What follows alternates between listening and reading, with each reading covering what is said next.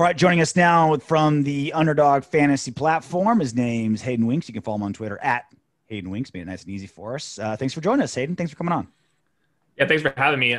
Fortunately, there's not too many other Hayden Winkses in this world. I got a pretty unique name, so the username was available for me. I blew it because when I first started in Twitter, 08 or 9, whatever it was, RJ Clifford was available, but because I work in MMA, I went, let me make sure it's like a work handle, RJ Clifford MMA. And then I've branched onto other things. RJ Clifford's now been taken. It's like, why did I have to pigeonhole myself? I never learned. Yeah, I would. Have you ever tried offering them money? Usually, the people just like are very like they just want what no they one had. answers. I know. Yeah. Gosh, tough. Yeah, he went on there, tweeted 3 times, and then I assume threw his computer out the window and never went on the internet again. And so now I'm stuck. Now it's a waste. That's just like shoving it in your face now. It's unfortunate. Yeah. I feel like he did it on purpose. There's like someone who like legitimately hates me on the radio and says like, I'm going to screw this guy over. Well, mission accomplished, RJ Clifford, from wherever you are. Hope you're happy. So I was happy to stumble on this article. If he's waiting for you to like make it big. Yeah. If he's waiting for you to make it big, he's going to wait a long time. It's going to be a long time, right? The joke's on him if he's hoping that like, he can get like some kind of bounty on me. So I stumbled in this article you wrote yesterday. Hayden Winks, tape detective on Henry Ruggs. Why the 12th overall pick only had 43 targets as a rookie. And this was one of the, obviously, Jon Gruden, Mike Mayock and company, they get a lot of flack for they draft. A lot of it from us as well. And picking Henry Ruggs as the very first wide receiver in a historically deep draft class has kind of come back to bite them a little bit. At the time, it seemed like, okay, there's the top 3 guys. They're kind of interchangeable, 1A, 1B, 1C. But Ruggs, probably not even top 10 rookie wide receivers, at least as far as yardage, catches, touchdowns, etc. What did you make of Henry Ruggs' rookie year and what you expect next season? I'm a huge Henry Ruggs fan. I thought he was really good at Alabama. He was kind of good in the ways that like maybe he's going to be a number 2 receiver in the NFL, which is fine. I'm okay with drafting those types of players in the first round. Unfortunately, what happened last year as a rookie, Henry Ruggs was in a role that was completely different than what he was so good at Alabama. At Alabama, he was a yards after the catch guy. He was not a deep threat. And I think a lot of people see his 40-yard dash time, 4.2s, like literally one of the fastest players in the league. And then they immediately assume that he just plays like this Deshaun Jackson role where he's just catching deep bombs all the time.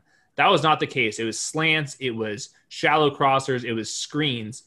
And he was awesome at it. I mean, one of the most efficient players, receivers coming out of the draft. And then this year, Jon Gruden he lined him up in the slot. He kind of moved him around the formation, but most of his routes were deep routes. And there was very few scheme touches for Henry Ruggs. And what we saw Henry Ruggs wasn't quite as maybe detailed in his footwork. Maybe he wasn't strong enough at certain points. And he was kind of basically being wasted as this deep threat when I thought that the Raiders probably could have got him some touches near the line of scrimmage.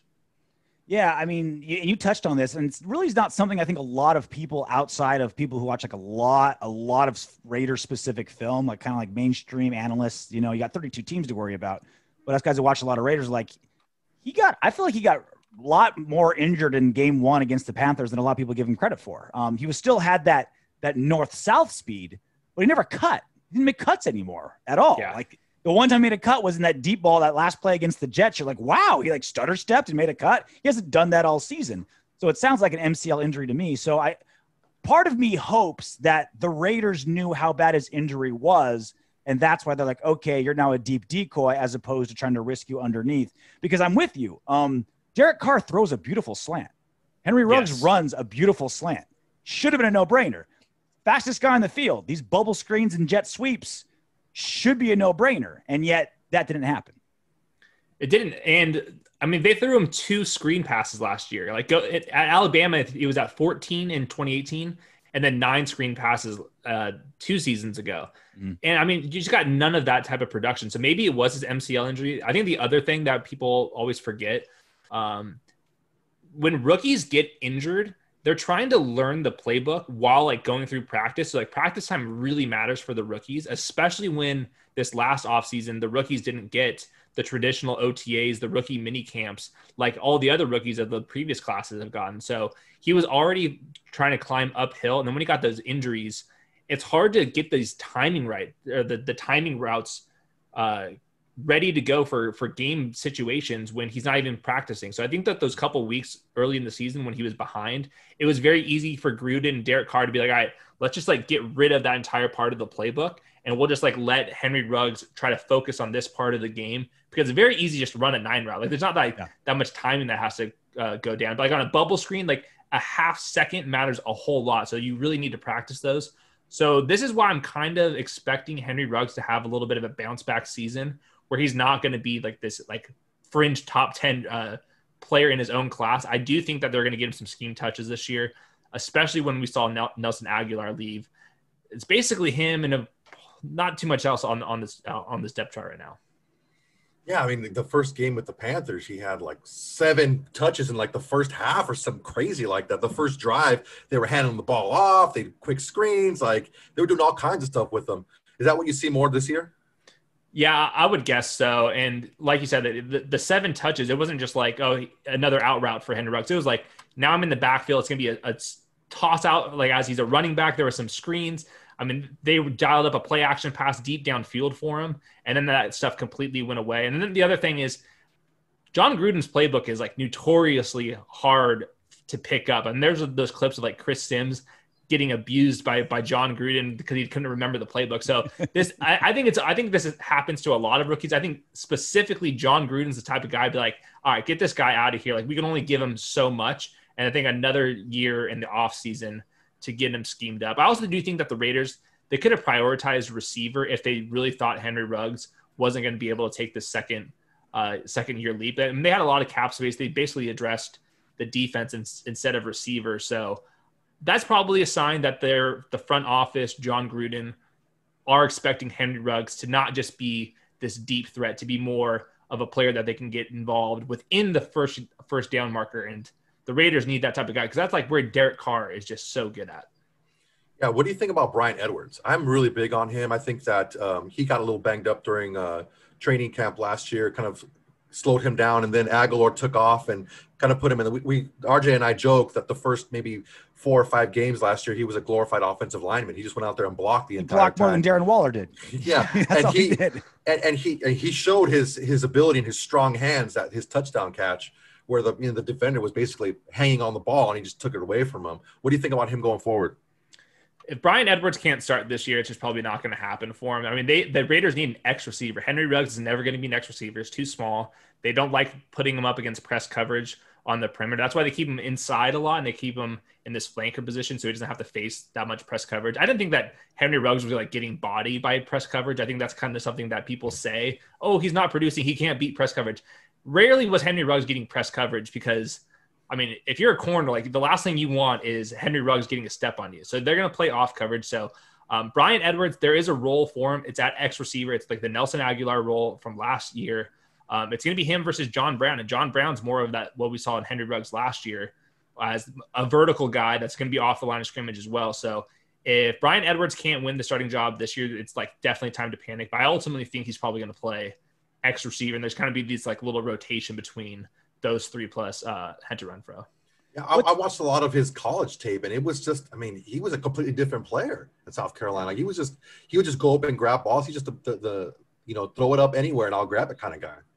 Yeah, he has more physicality than the rest of this group. I mean, Henry Ruggs, John Brown, Hunter Renfrow. I mean, that's a pretty light, weak receiver group, and I think that Bryan Edwards, like definitely the physical specimen of the entire depth chart. What's your philosophy on scheming up plays specifically for guys? Because that was part of the frustration we were having this podcast midseason last season, was before we really were able to tell like how banged up Ruggs was. It's like they gotta drop some plays for him. They gotta scheme around him. They gotta make up these ideas for him. It's like, why? You should play to what's the best possible target or whatever's available. It's like any scheme you brew up for Henry Ruggs, that's one less touch for Jacobs. That's one less touch for Waller. That's one, you know what I mean? That's like, there's not a lot of great receiver weapons on the Raiders, but now we got Kenyon Drake now, Darren Waller's only getting better. Foster Moreau is going to take all of Jason Witten's useless snaps that he took last season. Like, there's no shortage of targets anymore, but I do understand let's get Henry Ruggs comfortable, confident. Let's see if we can build some momentum with him. What's your philosophy on scheming specifically for these young guys? I think Henry Ruggs deserves like a screen or a jet sweep like every single week. I don't want to overdo it, but I think the whole thing is I saw Henry Ruggs as somebody that's capable of winning by himself, just in a different type of role. And that's on the slants like we talked about, quick outs, shallow crossers, running mesh, that type of stuff. That's where Henry Ruggs, basically any route where a corner has to chase Henry Ruggs across the field, those are the type of routes you want to get him to. So it's not even scheme touches. What I want Gruden to do is just let Henry Ruggs win within 15 yards of the line of scrimmage. That's where you can really get the yards after the catch going, because I think Derek Carr is a very accurate passer. He's very timid though. And like, if you look at historically how often he throws the ball downfield, he's not one to do that. He usually ranks about like 30th out of 32 quarterbacks on how often he's throwing the ball 20 yards downfield.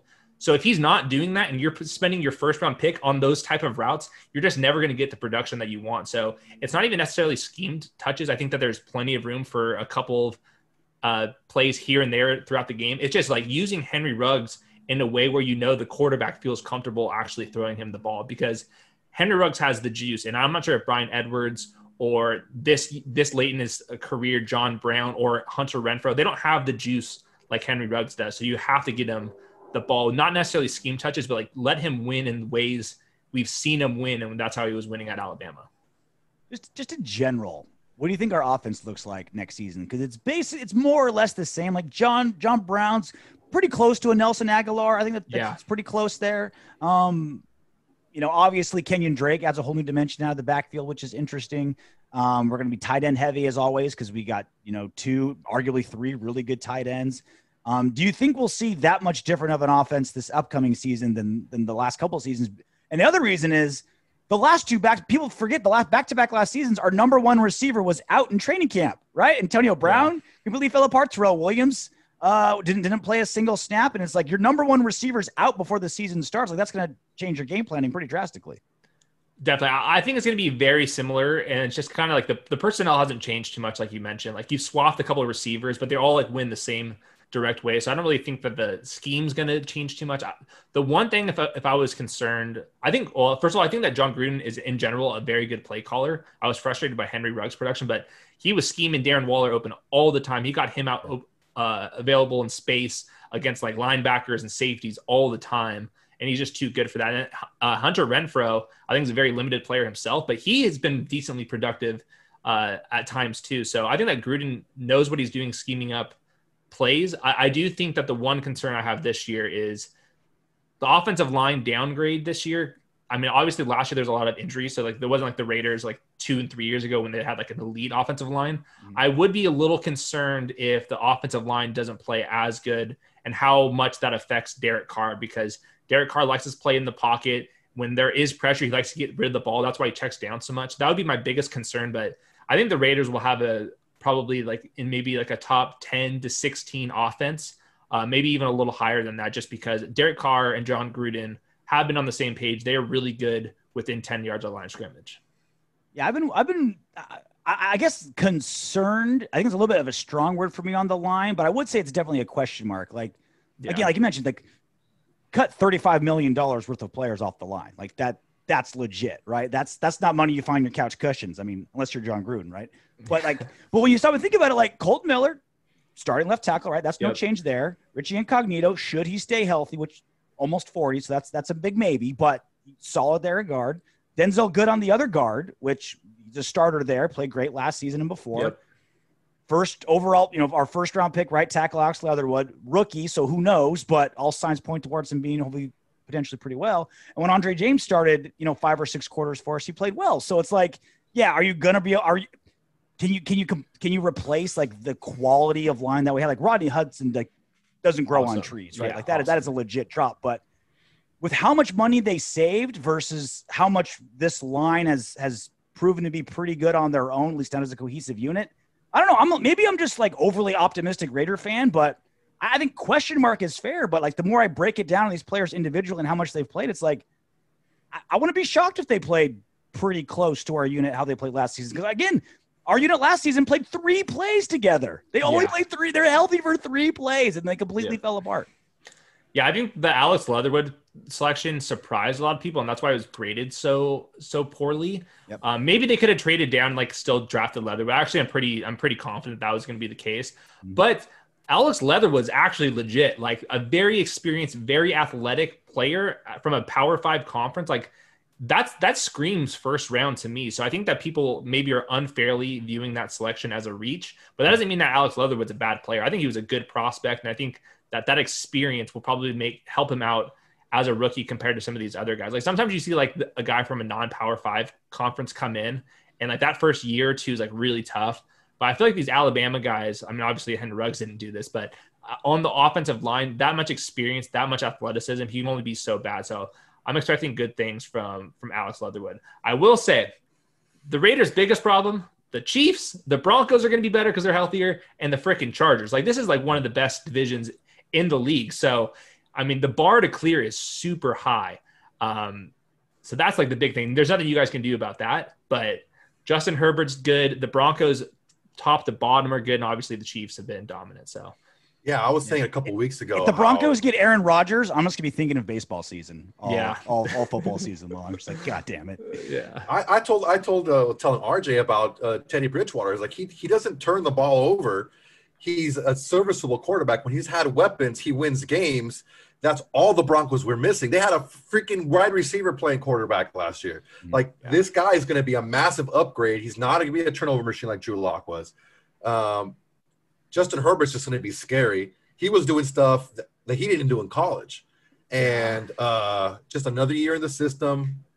It's not going to be easy. But I'm with you with the Leatherwood. I was concerned about the slot, not the player, but the place where they picked him.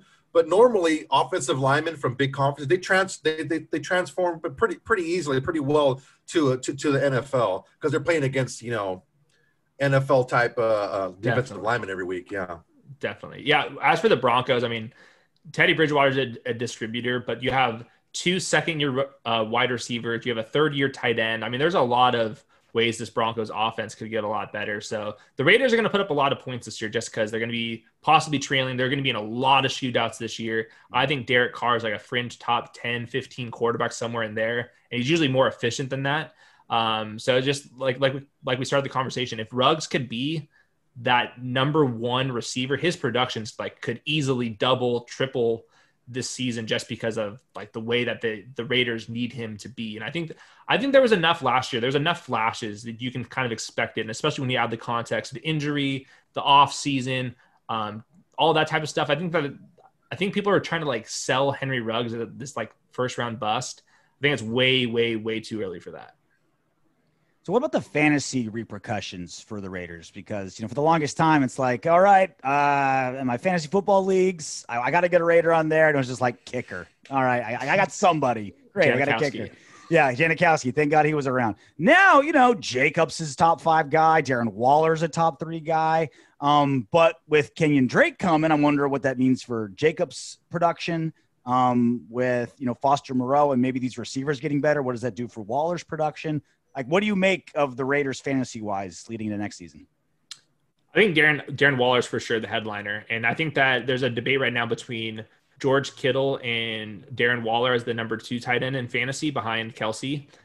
And I think that Darren Waller should be ranked ahead of George Kittle. Maybe George Kittle is a better all-around talent, but Darren Waller is going to get so many targets this year. I don't think that his production is going to drop too much, just the way that they use him. He's basically like an X-receiver. Like the Raiders use him in similar ways as the Chiefs do with Kelsey. And he's so damn athletic. And he's still the best red zone threat on the team. So I think that Darren Waller should be viewed as the number 2 tight end once again, just like how he was last year. He should be going very high up in drafts. And then as for Josh Jacobs, I think that the Kenyon Drake signing was, first of all, a massive surprise. And I think that deserves some ridicule just because like there's diminishing returns. Like you only invest so much into the running back position. And then Josh Jacobs keeps battling the shoulder injury, and just like the way he runs, you kind of always have to be concerned. Like, man, is he just meant to just be like a 12-game player each season because he just bangs between the tackles too hard, and that's kind of hard to hold up. It's not like he's winning in space like Alvin Kamara, who doesn't miss that much time because like he's rarely getting just like these violent hits against each other. So I'm a little bit concerned with Josh Jacobs, but I think that Henry Ruggs and Darren Waller are lights out picks for fantasy. All right. Well, for your fantasy drafts, you have a place for everyone to go. Where's that? Yeah, Underdog Fantasy, we launched last year. We have the biggest best ball tournament in the world right now. It's $3.5 million. First place wins $1,001. It's $25 to enter. If you've never played before, you can deposit anything right now. Use promo code Hayden Winks, and we'll give you an additional $25 that you can use for this. So it's a very clean app. The website's awesome. So Underdog Fantasy, $1,001 to first right now. His name's Hayden Winks. Check him out on Underdog Fantasy. You can follow him on Twitter as well, at Hayden Winks. And we'll give him a pass because we didn't let you know at the beginning that there's a certain tight end from Kansas City where we forbid his name from being said on this podcast. You didn't know. So I think we'll give you a pass this one time. Maybe next time we'll have to punish you a little bit.